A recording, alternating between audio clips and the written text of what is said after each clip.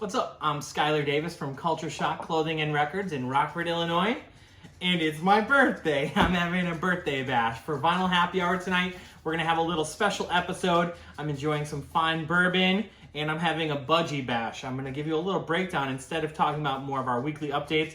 We're gonna go a little in depth on a kind of obscure band, Budgie, one of my favorite bands. So I thought, why the heck not for my birthday? Let's dig a little deep on that. Of course, we have plenty of new releases coming in and a lot of things going on with Black Friday coming up. Of course, you can find a lot of our new releases at cultureshockshop.com. So there are new releases this week. Don't get me wrong, there's a lot of great things that came in. But instead, I'm going to talk about this more obscure band and some of the reissues and imports that we actually have available in the store from them. And I just kind of want to talk a little bit more why you might like this band, or a lot of you probably don't know about this band. So, oh yeah, I was showing off some of my birthday cards. Let's talk about this band. I think what's most striking about them, besides the name, is going to be the artwork on their albums. Budgie is a very old band. They actually they got together in the late 60s, and their very first album came out in 1971. I just find it amazing that people don't know who they are. It's just so weird. They were a band they're a Welsh band, they're from Wales. So they're from the UK in that hot area, that hot time when Led Zeppelin and Black Sabbath were blowing up. Tons of other bands from the UK. Somehow they got overlooked. So if you want to just kind of get a visual of the band, it's a power trio. It's a three-piece band. The bass player does the vocals.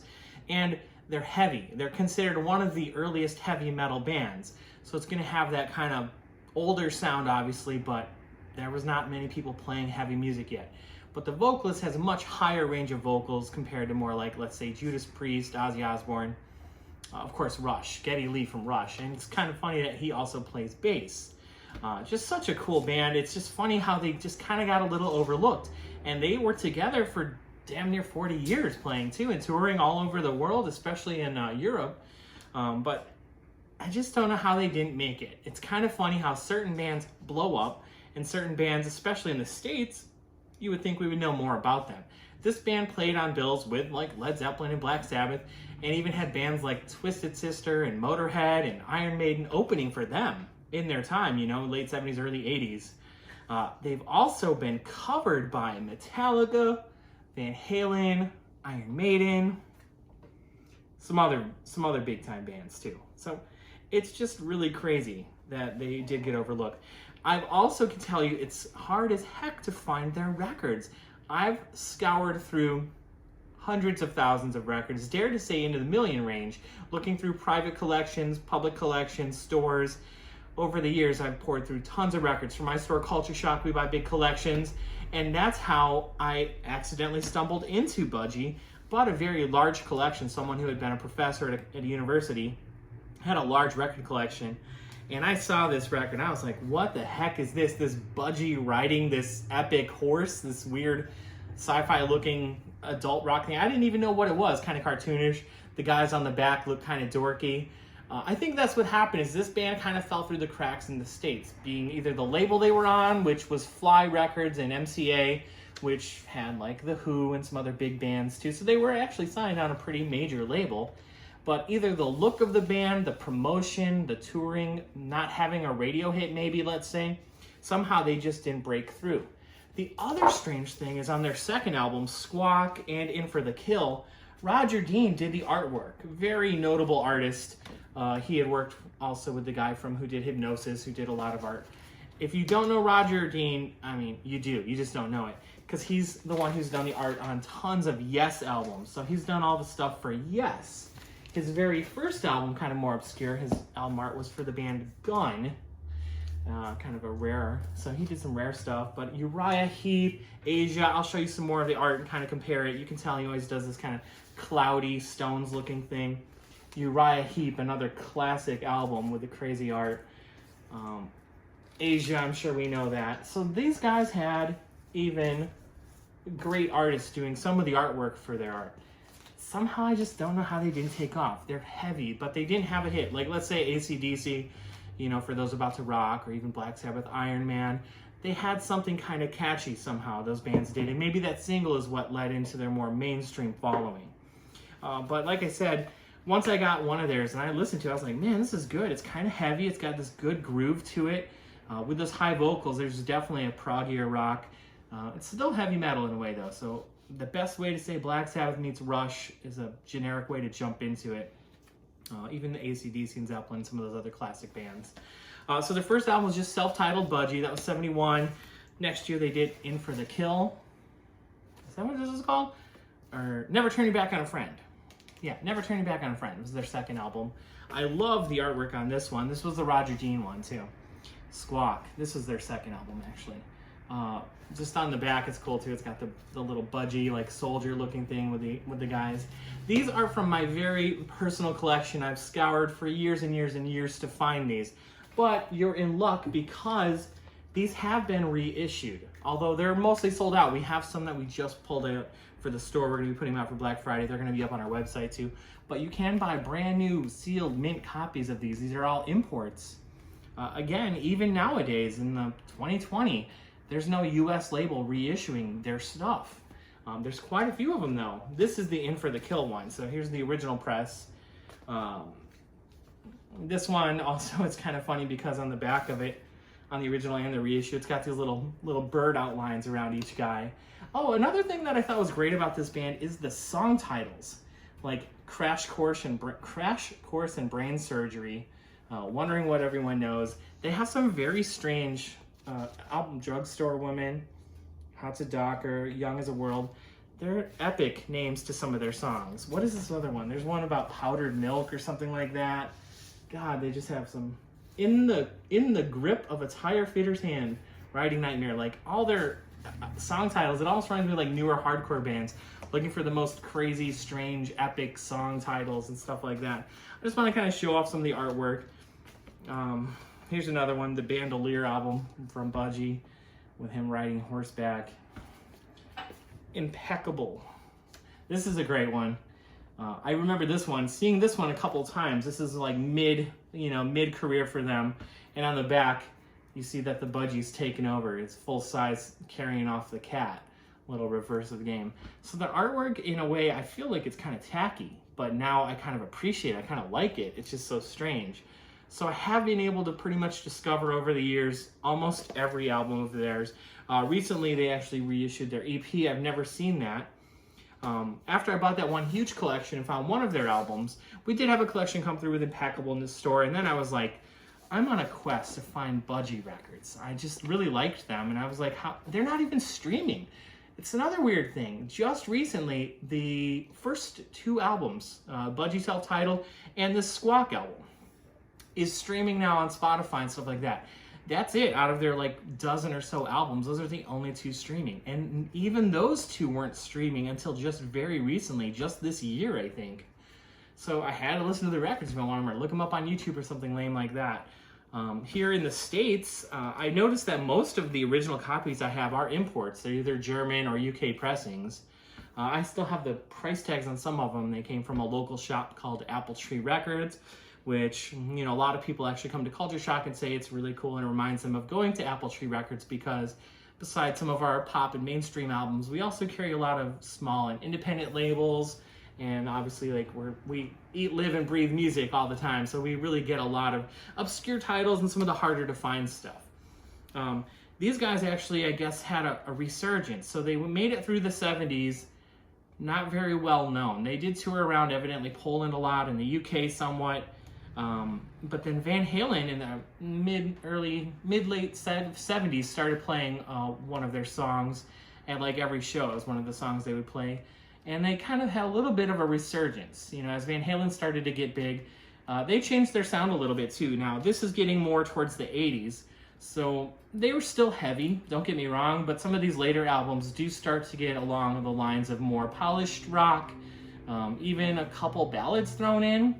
They're still a strange band. They still have a strange kind of way of forming their songs, but they would get into more Def Leppard, dare I even say like Styx territory with a couple of the songs, but they kept them heavy. And then, let's see, what year? This was 81, Night Flight. Again, you can see there. Another thing too that is referenced with Budgie is NWOB, New Wave of British Heavy Metal. So whatever that acronym is, they did help usher in and influence a lot of the new wave of British heavy metal bands. A lot of times we talk about Judas Priest, obviously, and talk about like Diamond Head and Iron Maiden for sure. I actually can tell like some of this artwork and some of these songs, how influential those were to bands like Iron Maiden probably. You know, this was definitely a band that wasn't just doing anything very mainstream. And then their final album of like one of their original lineups was this Deliver Us from Evil, which was 82, I believe. After that, you know, you didn't really hear much from them for a long time. They were like almost going through divorces and kind of having some rough time. Here's the three guys there. The singer, he's so little too. He's got real long hair, wears glasses, has a big nose, plays his bass, and sings such high vocals. It's kind of fun to see what little footage of there is of them playing live, just because he's so interesting. He's the constant member who's been part of the band from the 60s all the way to even current, although they haven't done anything for quite a few years. So they were breaking up, and they actually, I guess, were pretty well broke, going through divorces and stuff. And then that's around the time that the Garage EP or whatever came out from Metallica, and they covered their song. And actually they ended up covering 2 songs, and then so did Iron Maiden. So they actually helped the band, a big resurgence, and actually helped them make money. They probably didn't have very good management deals. So I've read that actually helped them make a living. The original members got some royalties from Metallica covering them. So I'm not going to do the math here. I'm going to say 24. I think 24 years or so. They had been kind of on the down low, kind of disbanded. People probably had counted them out. They did one final album, which is actually pretty good considering how old the band was. This was in 2006. You're all living in Cuckoo Land. They're still riding that Budgie theme out right to the very end. Even in recent years, there was some talk that they may get together or try something else out. I'm not sure if we'd hear from them now. I think the singer Shelley, he's pretty old and has had a lot of health issues, and he was touring still not that many years ago after this album came out and had, I think, a stroke or something like that. Something pretty bad, debilitating. So it's a lot harder for him to play and sing now and do things. So I've been able to complete my collection. I mean, this is like the perseverance of me just being a record collector, not just having a retail store, just collecting records and wanting to play and listen to records. It's been a lot of work to find Budgie, and Lauren can vouch for me. Every time we go to a sale or I look at dealers or people tell me they have a personal collection and that they're selling some rare records, I'll be like, that's one of the ones, you know, I'll often ask about Frank Zappa, Captain Beefheart and stuff like that. I'll be like, is there any Budgie? And like 99.999, no Budgie. What's that? Or I remember them, I've never had their records. Stores too, have been a lot of stores, hard to find, even hard on, you know, online sites and stuff like that. What's interesting is that Budgie did have a best of album even, which is kind of funny for a band that really didn't have any big hits or anything like that. This does have Bread Fan. This was a really hard one to find. It's an import too. Bread Fan is on one of their early albums too. That's one of their best songs, and that's the one that one of the ones that Metallica has covered. Other bands have covered them too. They did a cover of what's the blues guy? Big Joe Williams, I think. Baby Please Don't Go. What's another good one? Yeah. In For the Kill also. So it's funny that they had a greatest hits. There's actually a different greatest hits or a best of on CD also. And then this live album, which I haven't played yet. This is the only one I've really never heard. It's live in '78, which was still one of their classic lineups, great eras. So I can't wait to listen to this. Like I said, it's not streaming. This is a birthday present to myself, I guess, as if I didn't have enough Budgie records. So I can't wait to open that double LP up. I do want to show off, like I said, first couple of their albums. Let's just talk about Squawk since it's up here. Roger Dean artwork, I think I would just want to go a little more and show off some of his records too. So we talked about Yes and Asia. Get a little more birthday bourbon here for my Budgie Bash. That's one of my favorite bourbons. That's why I decided to get a little more of it. It's a 5-year aged bourbon. It's a Barreler Select. This is a more obscure, kind of more of a proggy psych one. Green Slade, mid-70s, I believe. But yeah, you can tell some of the artwork and stuff like that is really cool. Roger Dean also did the artwork for Osibisa. Hope I'm saying that right. This was more of like an African funk rock band, but the landscape on that is so cool.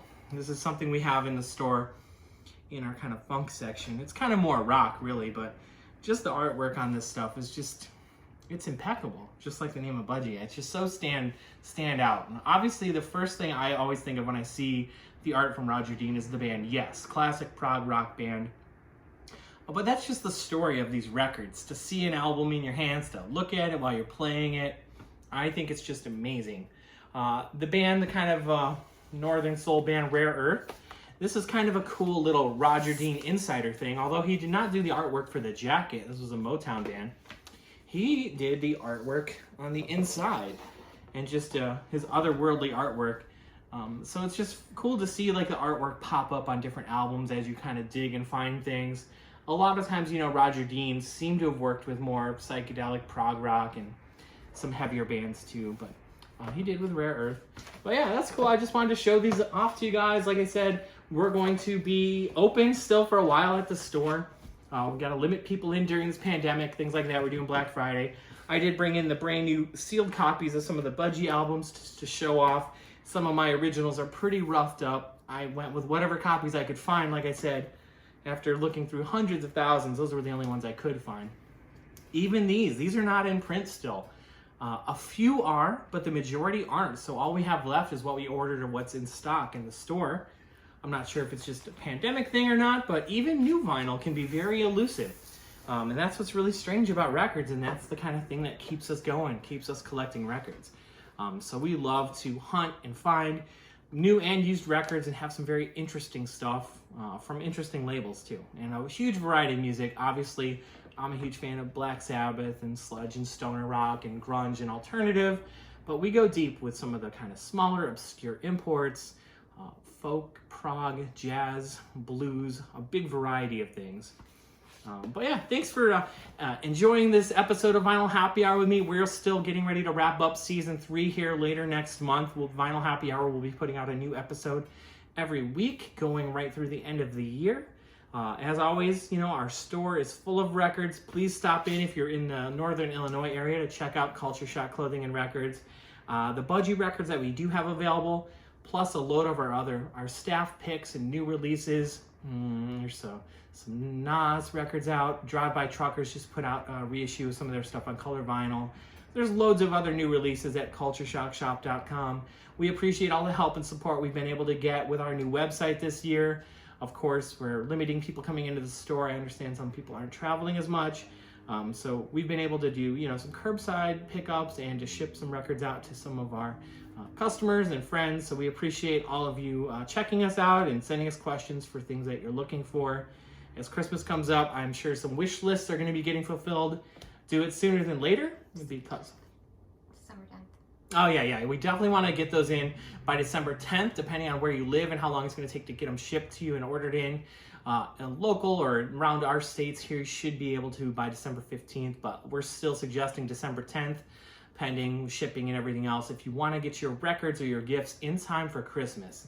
So please submit those orders at our website, and even in the store, if you want to pick something up, we can get them shipped out for you. Well, we're happy to help with that. So thank you so much, guys, and keep checking out our Vinyl Happy Hour videos. This was kind of a fun little change from our normal top 5 picks and stuff like that to kind of talk about something a little different. I hope you enjoyed hearing a little bit about Budgie. Like I said, if you haven't heard them yet, you can't even stream them. Check them out on Spotify, those first 2 albums. We have a lot of their other albums available at Culture Shock too. Cheers. Thanks so much.